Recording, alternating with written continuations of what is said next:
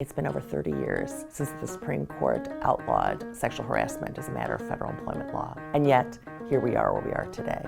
So clearly what we've been doing hasn't been enough.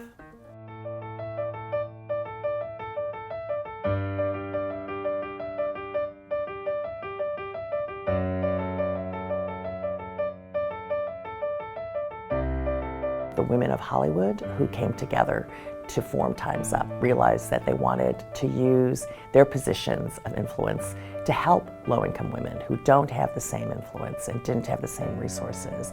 And thousands of low-income women and men who are the victims of sexual harassment don't have access to the basic supports they need to pursue their claims, legal support. They need PR support when the names start appearing in the news. Whether it's in the public policy front, if it's in inside corporations, in workplaces, in small mom and pop restaurants and roadside hotels. We need to change the workplace, and we need to teach people what are good practices that will support workers and create workplaces that are safe, respectful, and equitable for everyone. I stayed all 8 years, serving first as the President's Director of the Office of Public Engagement, and then for 6 years as Mrs. Obama's Chief of Staff. And for the whole 8 years, I was Executive Director of the White House Council on Women and Girls. I was able to continue the work I've been doing my whole career on gender equity issues, including putting together the first ever White House Summit on Working Families and putting together policies to support equal pay and helping to found the President's task force to protect students from sexual assault. And I was so proud from the work that we did, to develop policies, to promote equal pay, sadly, many of which are being rolled back now. I worked to protect students from sexual assault on campus. Again, protections that are getting rolled back right now. We worked to protect, federal workers from mandatory arbitration in cases of sexual harassment, also getting rolled back right now by the current administration.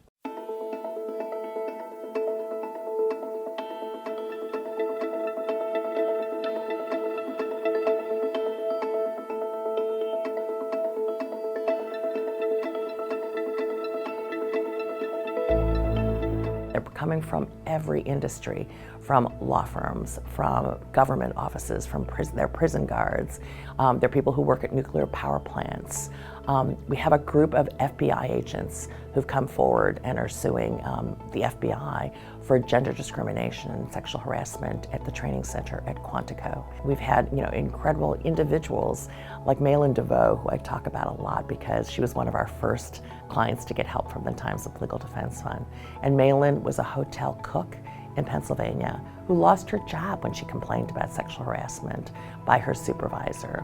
And she was trying to put food on the table for her family.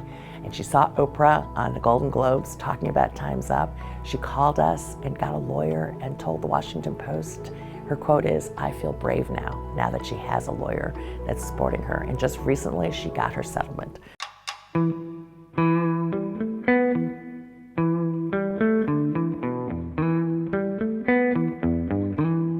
We're so excited about this investment in the new Impact Lab by Melinda Gates. So we're going to be building our research and our data on what works. We've been doing trainings for 30 years. We've been doing all sorts of efforts around diversity and inclusion, and it hasn't been enough. So now we need to do more, but we also need to develop the data and the research to help us tell us what's the smart thing to do, what's the right thing to do that's going to be effective. We're going to continue the work, in industries like advertising and healthcare, to advocate for change, both holding people accountable, but working from the inside as well with companies.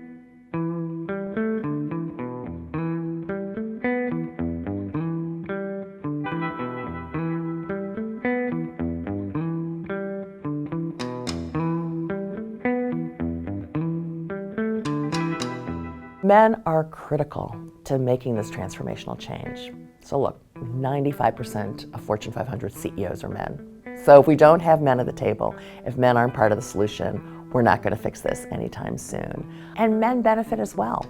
When your workplace is more diverse, you as the male CEO are going to have a more successful business. You're going to have a workforce that's more dedicated.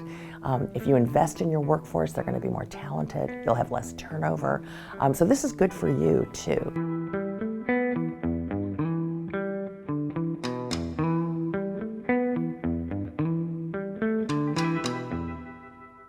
The This isn't just about individuals, but it's about making a transformational change in our whole culture to make sure that women have more power and influence. That's what's going to not just empower women, but research shows that when women are successful, they invest more in their families, that whole communities can have their GDP go up, that companies are more successful when they have diverse leadership.